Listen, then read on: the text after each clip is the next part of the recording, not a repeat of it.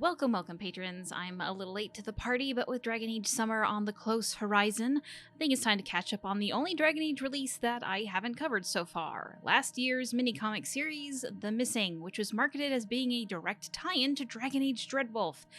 Despite being the only extra material that has been confirmed to be tied to Dragon Age Dreadwolf, I am just so confused by this comic run as a whole. So let's get into the comic and talk about why I find this miniseries so odd, I'm going to say.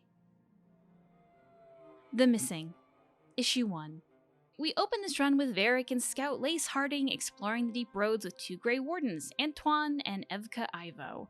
Now, from their banter, it seems the group has met up to search for something in the deep roads that seems to be abducting people from the nearby Marnes Pell. However, both pairs bumped into each other, searching for the source of this disturbance. While the Wardens aren't sure it's Darkspawn, Harding and Varric exchange a knowing look. They are on the search for Solas. They end up finding the two Wardens that were sent to investigate previously, both of them killed. While the Wardens take care of the bodies, Varric and Harding have a side conversation. If Solas is down here, that would explain why they have had such a hard time tracking him down. Varric also admits that he isn't sure what to do if he actually finds him, but he doesn't want to bring the Wardens into this mess for their own safety. And while all this goes on, a mysterious figure watches them from behind. Now, I'm just going to interject here that this figure is going to be around for a bit, and it's kind of like a confusing plot point, but I just want to say now it's not Solas. Solas likes his little skirties, and this man has pants. We then cut to some time before all of this, with Varric and Charter drinking at the Hanged Man and in Kirkwall.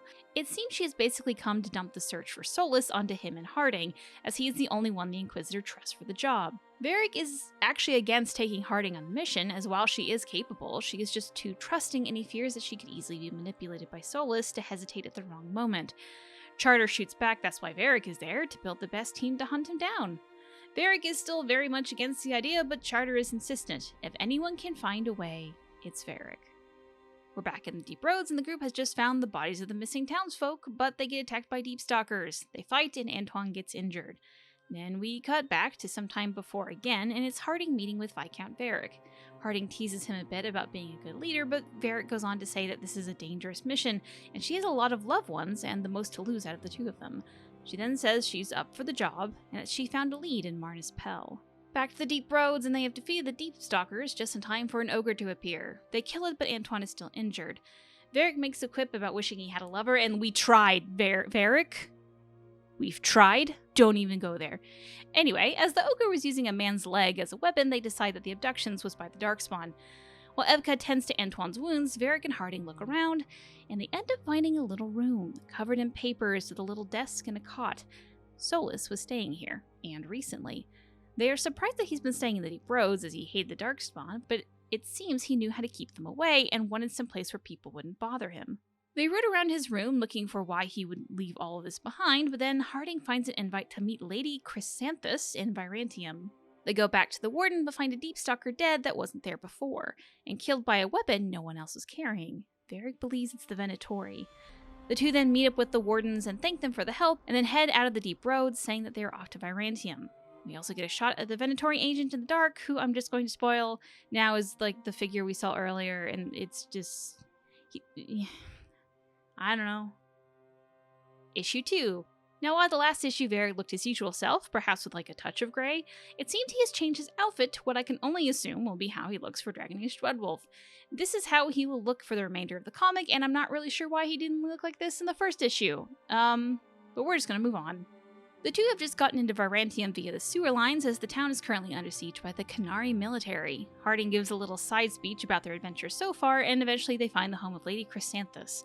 Despite all the time they had to plan, they are sitting at her front door, really not sure how to get inside, other than they have Solas' invite and are responding on his behalf.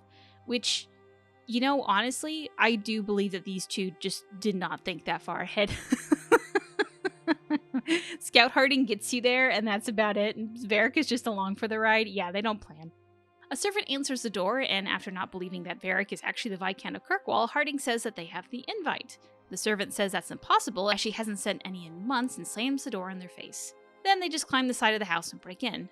Now they're in some bedroom with sheets covering the furniture, and when investigating, they find a woman made of stone, meaning that Solas has already been there. And hey, can we talk about this bedroom wallpaper? Like, damn girl, like I mean I get it, but like what a decor choice. Oh my goodness. And then behind them are Viago and Taya, Antivan crows.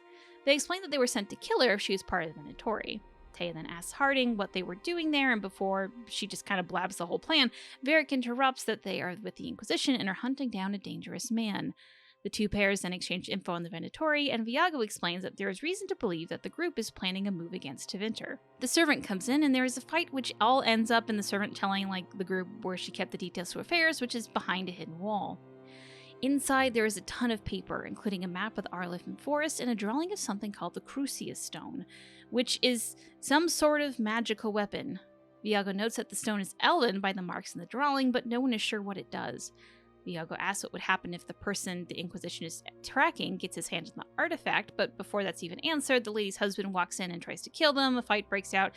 He actually gets pinned by his wife's stone body, and then the house begins to burn down and they all leave. Some distance away from the burning home, the four plan for what happens next. Harding and Varric are off to Arlathan Forest looking for this Crucius Stone, and while they invite the two crows, they decline, saying that they need to report back about the Venatori plan. However, Taya notices something and gives chase. While they get away, she believes it was a Venatori assassin. They aren't sure who this person was following them, but the crows shake hands with the two agents, telling them to be safe, and they're off their separate ways. Issue 3. After an implied long journey by sea to the Arlathan Forest, we open up with our heroes noting how strange the forest has gotten recently. Then, they are immediately met by a group of people, both Dalish and non. The group exchange pleasantries, and the other group identify themselves as part of the Veiled Jumpers, including Strife and Arellan. Varric tells them what they're there for, and Strife says they won't be able to make it alone. Arellan explains what the group does, and that they're basically trying to fix the forest of its weird magical condition. And Strife adds that they will have to go with our heroes to ensure their successful mission, and sends Tist and Bind to go and notify the main camp of the new adventure. Arellan then just pulls out a map of where they need to go.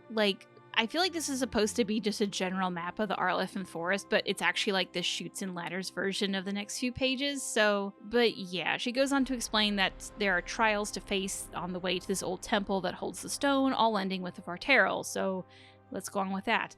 Off they go, and while Varric is very dismissive of all this, he and the others get yanked into the Fade version of where they're walking, and they switch places with spirits mimicking them to move more freely where they want to go. They have to chase down their own reflections to make sure not to lose them, as if they're trapped forever. This is just a side note. This sounds so much like it could be a game mechanic and not so much a story mechanic, and I'm fascinated with that. But they end up making it, and also this is the best panel in the entire series, maybe even all of Dragon Age comics. I find it hilarious. They're now all upside down, and Varric vomits. Fun. Big Cat attacks, they run, and Varric gets separated from the group. He starts to run into this weird time zone, and he starts to age rapidly, and suddenly the Venatori agent that has been tracking them this entire time goes and saves Varric from the weird time thing, but when the Big Cat pounces on this person, it turns into a little kitten, and I don't really know what happens next. I don't think the story's supposed to be confusing, it's all a mess. This issue is just a big mess, and I don't know how to describe it very well. Varric just gains what's left of his youth back, and honestly just tells us that he doesn't understand what's going on and he doesn't want to, and honestly, same Varric. Yes, I don't understand what's going on either, and I don't think that's the intent. Now he meets up with the rest of the group, and Strife basically tells him, yeah dude, shit's weird here, and then we all just move on. Okay, fine. I guess I won't understand. And now we get our first look at the Varteral, which has gotten a redesign. Arellan distracts the monster so the others can get past, and the rest of the group enters the temple. We get some cool murals, which touch on that later, but it's too late. Solas has been here first, and the Crucius Stone is in another castle, blah blah blah, and he left the cutest little note for Varric, including a wax seal where the stone once was. Arellan questions who Solas is and why he uses the symbol of the Dread Wolf, to which Varric tells her the truth, they are the same person. The two elves are stunned, but know that an elven god walking around and using a weird elven artifact that would explain the weird uptick in magical mishaps in the Arlathan Forest. Issue 4. So we open up to Minrathous, with Varric glad to be in civilization. Harding is like a little bit pissy because they had wasted a ton of time trying to trap the Venatori assassin that's been following them this entire time with no luck, and they have wasted a ton of valuable time. Varric is insistent that being followed by the Venatori must mean something, and like, I agree, but he just doesn't know what yet.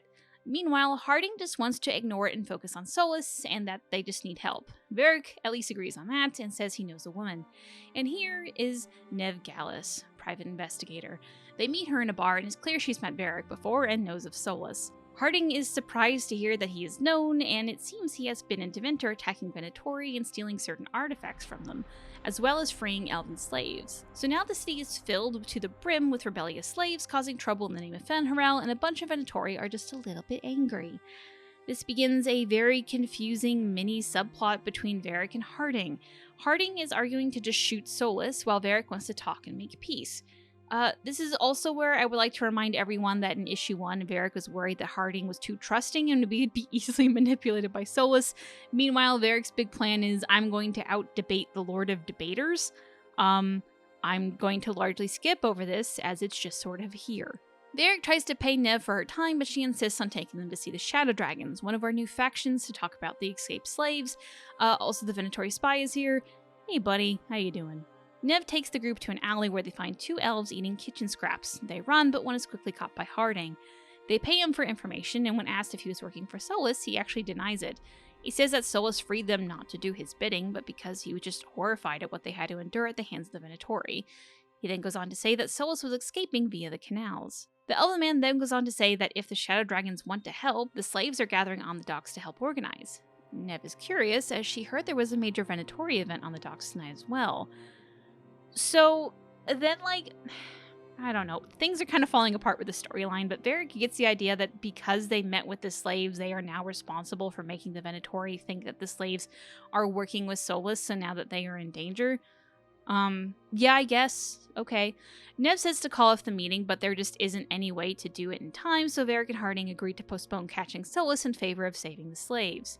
So, it's the dock, the Venatori try to capture the slaves, and Harding, Varric, and Nev stop them. Varric corners one Venatori who, like, it's not, like, obvious, but, like, just from the context, it seems like this is supposed to be the one that's following them, and before he can give any, like, answers to the questions that Varric has been asking, the elven slave just kills him and just sort of gives, like, a fun wave. Also, I don't know who she is. Is she the hunter? Has this been a woman the entire time? I don't know. The ex-slaves are now safe. They leave the scene before the guards come, and the trio talk about what's happening. Harding and Varric muse that Solas planned all of this, knowing that they would stop and help the slaves, which would buy him time in escaping. Solas just knows them too well, so then Varric says that he has an idea that they need more people, and people Solas doesn't know. And Harding asks who he has in mind, and the comic ends. Discussion. So that was The Missing. And while I wouldn't say this is the worst Dragon Age comic, that's only because the IDW comics exist. And look, even this isn't as bad as that was, but it's still not good. Honestly, I'm just so confused by this run. I've had my complaints with some of the mainline comics in the past. Some of it's just me being picky. But this is just such a confusing mess. And even if it wasn't, the plot is just, I'm sorry your Solas is in another castle. So much stuff just happens. It really feels like one big advertisement on what you can see in Dragon Age Dreadwolf. This is like the video game version of Drink More Ovaltine. Like, this could have been the back of the box for Dragon Age Dreadwolf and we would have gotten the same basic info. And like, look, I guess I am excited about the stuff we see in the comic, but the way it's presented here is just not great. And look, these artists are obviously talented, but it feels rushed. The amount of wonky faces and copy and pasted panels and all the issues. Actually, no, hold on. Not the second one. Our boy Fernando had the best issue by far, and he delivered. Everyone clapped for Fernando. But it was just nuts. And like, I've looked at these other artists. That's not like, I think, speaks of their other work. I think it's just, there's something was rushed here. That's what it feels like to me. And there was just a really tight deadline. I have honestly made more Dragon Age memes from the last 2 issues of this run alone than in the rest of the Dragon Age comics combined. Now, the release date of this run is also weird, so on screen are all the official release dates for these issues, but the last one had a hiccup. For some reason, they changed the release date of the last issue, but didn't tell Apple in time. I suppose, I don't really know what happened, so you could actually read it early from them. Meanwhile, if you pre-ordered it from another storefront like I did, you had to wait, which wasn't great. But why was it delayed? I don't know. It was clearly done, because you could read the entire thing. I read both versions, nothing changed. I don't know if it was like an issue with like the print and they had to release it at the same time as the printed copies. That could make sense, but I don't know. And further, the missing was literally marketed on their Twitter as being the lead up to Dragon Age Dreadwolf, and so a bunch of people were expecting to see that later in the summer during the trailer season. But alas, that was not the case. It would make a lot more sense for this comic to have come out this year if we are even getting a trailer at this point. I don't know. And hey, maybe if it had another year, it could have been refined a little bit more. It made a little more sense. But what I really think kills this entire comic for me is that it just doesn't know what it is. If this was aimed at new fans, you would think that they would explain more of the basics of the world, like who the Dreadwolf is and why he should be stopped, stuff like that. But on the other hand, if this was for veteran fans, you would think that they went a little deeper, actually explain some of these new factions, and not having to reiterate that Varric needs to find people Solas doesn't know, as that's literally the last line of Trespasser. It's in like this weird space of someone who has played the game but not actually given a shit about anything deeper, which look, they definitely exist. Don't get me wrong, I'm not saying they don't exist, but they're not buying this comic. Are they? I think the people buying the comic are like the weirdos who are, I say the weirdos, it's me, who are really into this and want to know what's going on, and then maybe the new fans, because the experienced fans are saying, hey, read this, it'll get you catched up, which is not going to, by the way. Now, while I'm talking about the lows, let's jump to some confusing plot points I just need to get out of my system. First is the Venatori Hunter. Now, while this was coming out, a decent-sized group of readers thought this was going to be Solas in disguise or someone working for him. And when it turned out to actually just be someone in the Venatori, there was this mass wave of confusion and disappointment. Not that it wasn't Solas, but just that it sort of went nowhere. The dude literally just dies without saying what his deal was. Why were they being followed? And how did the Venatori know where they were going to be most of the time? Now, while Varric does have a guess, we don't know. We don't know that Varric knows. It just happens. And then there was the issue of the Crucia Stone. Now, set up in issue 2, we thought that at least we would get an idea for what it could be used for, but as it stands, all we know of this damn thing is a name and that it could be bad. That's it. Actually, no. We know that it's Elven. It has a name, and it could be bad. I could say that about almost any object, to be honest. What makes this one special? Why does Solas want it? Or why did he take it? I have no idea. Now, there are some theories that this could be the dagger that Solas is holding in the teaser that we got some time ago. I don't know, it doesn't look like it from the small sketch you briefly saw. Now, could it be? Sure. But at this moment, I have no idea what this stupid thing does, and from the comic, I'm not sure I kind of care. No, that's a lie. I do care. If I don't know what this thing is by the time credits roll on Dragon Age Dreadwolf, I will riot, and by that I mean tweets and writers. Probably. Politely, Finally, the argument between Harding and Varric. I actually think this could have been an interesting plot point if this had been going on the whole time, but as it stands now, just a handful of panels in the last issue make the whole idea just laughable. And besides all that, while I don't know everything about Harding off the top of my head, I'm also just surprised that she would be advocating for killing Solas outright. I honestly think that should have been Nev, and maybe every other faction member we met. I don't know, it just seemed out of character for Harding just to shoot first and ask questions later. Now, what I think the worst part about this miniseries is that there are some interesting ideas here, but it just doesn't get explored or done correctly. I get that this is supposed to set up for the game, but everything is just so disjointed and sudden that I kind of don't care. I mean, I do, but if this was my entry to the Dragon Age series, I wouldn't be hooked.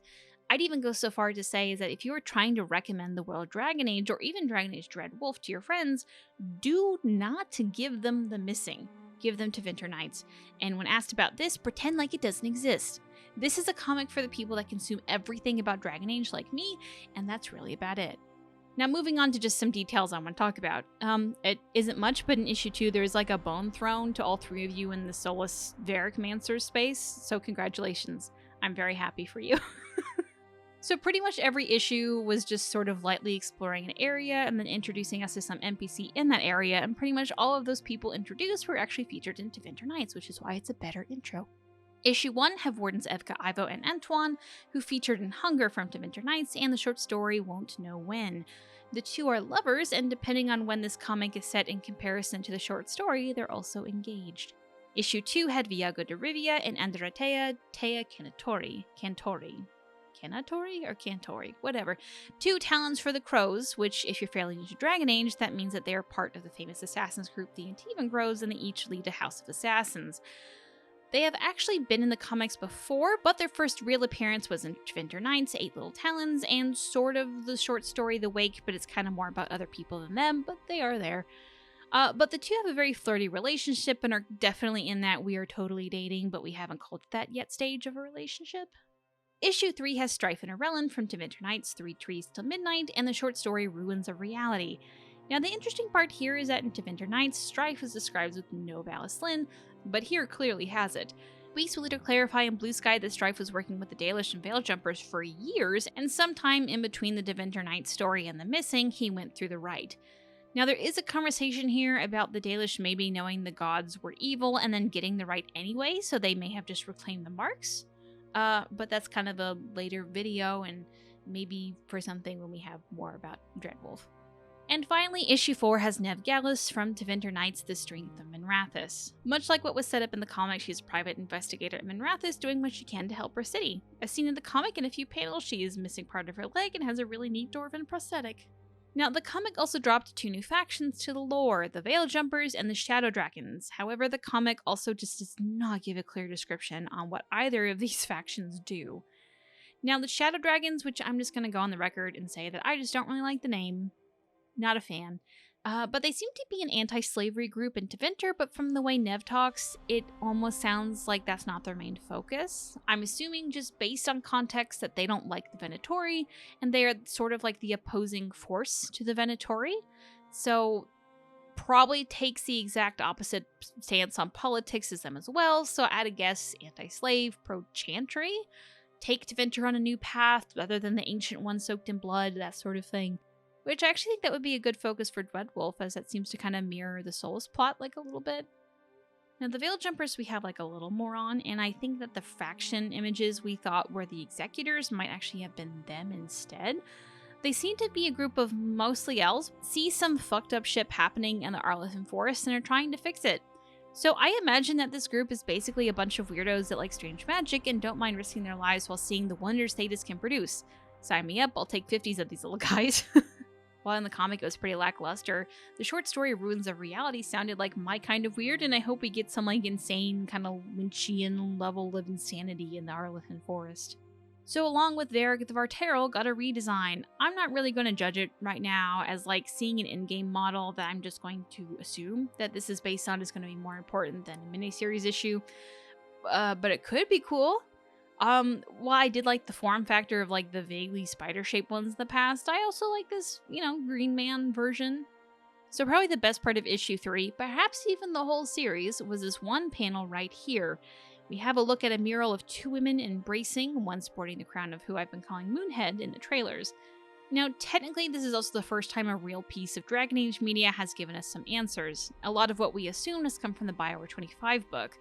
So here we have it in her face. These 2 crown shapes belong to elven goddesses. We know neither of these are Mythal, as both appear to be locked away in the teaser, so that leaves them either as Gillenon, Andrul, or Solas. Given the intimacy of the pose, I'm strongly of the mind that this is Gillenon and Andrul, as they were as elven rulers.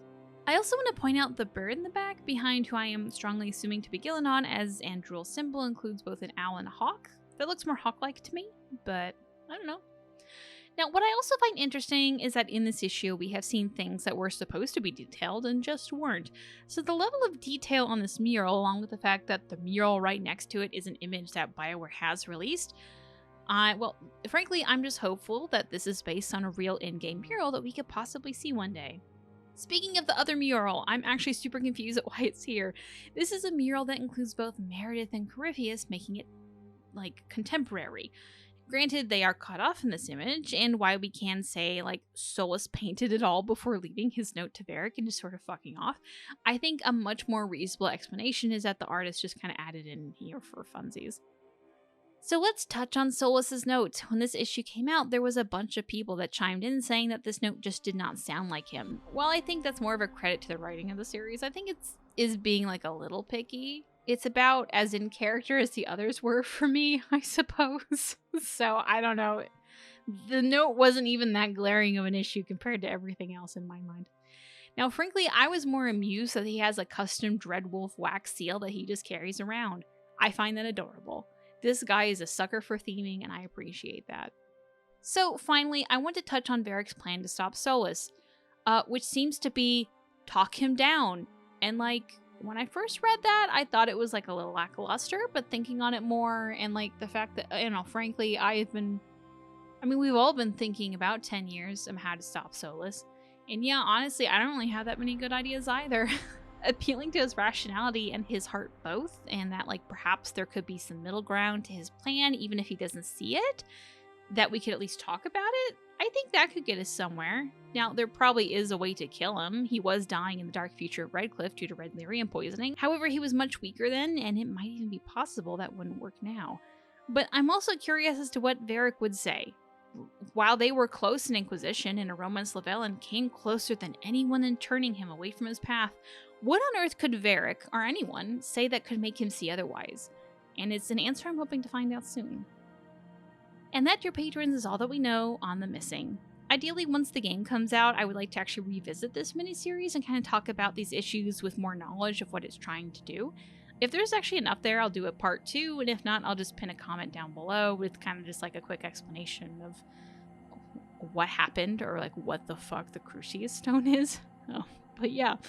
Do you still have lingering questions? Proof that I'm wrong? Feel free to tweet me at Gildathon on Twitter or comment down below with your thoughts. The rest are all.